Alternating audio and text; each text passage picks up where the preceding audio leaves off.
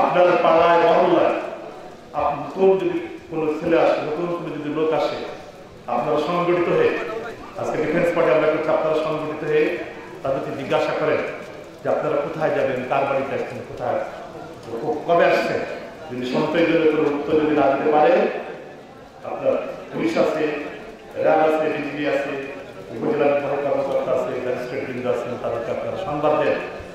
যে অপরিচিত লোক নিশ্চয় কোনো অসৎ উদ্দেশ্যে এখানে সংগঠিত হয়েছে, অসৎ উদ্দেশ্য সংগঠনের জন্য এখানে এসেছে। আর যদি এমন হয় যে তাকে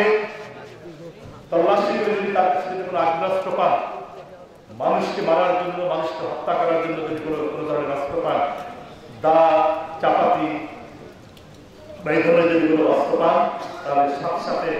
তার যেটা দরকার সেটা তারা করেন। এই জন্য যদি তার জেল জুলুম ফাঁসি হয়, সেটা আগে পাওয়া